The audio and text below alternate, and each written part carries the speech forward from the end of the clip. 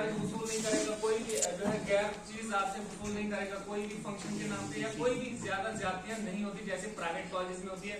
30-40 हजार रुपए आपका सेमेस्टर का फीस रहता है प्राइवेट कॉलेज में, ठीक है ना।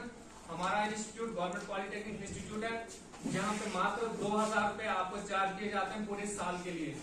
हमारे पास कुछ कोर्सेज हैं जिनमें पहला कोर्स आता है सिविल इंजीनियरिंग, दूसरा कोर्स आता है हमारे पास मैकेनिकल इंजीनियरिंग, और तीसरा आता है office management and computer applications. ठीक है, 3 कोर्सेज है हमारे पास।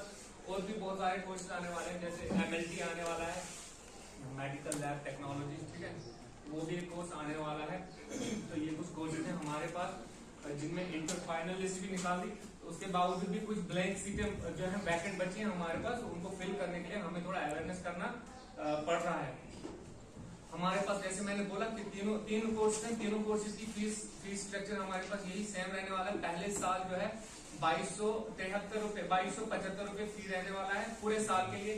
दूसरे ईयर में जब आप आओगे तो 1900 रुपए, और तीसरे ईयर में भी जब आप आओगे तो 1900 रुपए पूरे साल का फीस। फिजिकली डिसेबल्ड कैंडिडेट भी होते हैं जो फिजिकली फिट नहीं होते, जैसे अपाहिज होते हैं आंख से, बाकी सब चीजें से, ठीक है ना, जो अपाहिज जैसे होते हैं, तो उनके लिए भी सरकार ने स्कीम रखी है। उनको भी 50,000 तक पर एनम उनको जो है स्कॉलरशिप मिलता है हर साल, 50,000, तो उनका भी 1.5 लाख। तीसरी जो आती है, जो मजदूर तबके से जो अपने बच्चों को दूर नहीं भेज सकते पढ़ाने के लिए, ज्यादा दूर नहीं भेज सकते, तो उनके लिए भी है। जैसे लेबर पिलर्स नहीं होते, वो पायर्स कहते, उनको हम पायर्स कहते हैं, ठीक है।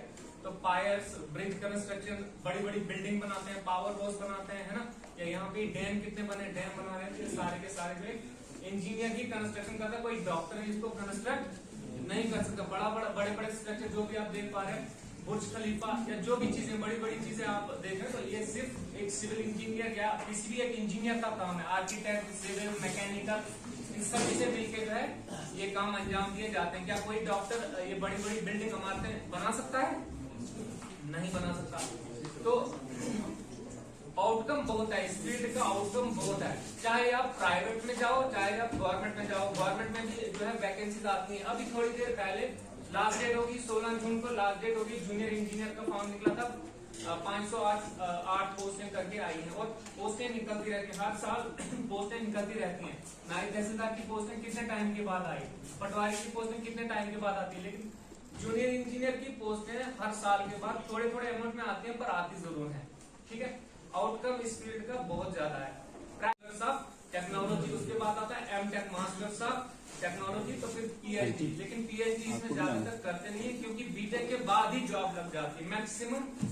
अब देखो, कोई घर में बैठा बैठा होगा तो जॉब उसके घर आने वाली नहीं है, आपको निकलना पड़ेगा, घर से बाहर निकलना पड़ेगा। आपके पास कोई भी क्वालिफिकेशन हो तो आपके घर जॉब ढूंढने नहीं आएगी, आपको जाना पड़ेगा जॉब के पास। जरूरत आपको है, जॉब को नहीं है, ठीक है ना। कोई B.Tech करना चाहता है तो B.Tech के लिए भी सरकार ने स्कॉलरशिप रखी है, PM-SSS, आप लोगों ने सुना होगा, फेमस होगी, ठीक है ना। PM-SSS, प्रधानमंत्री स्पेशल स्कॉलरशिप स्कीम।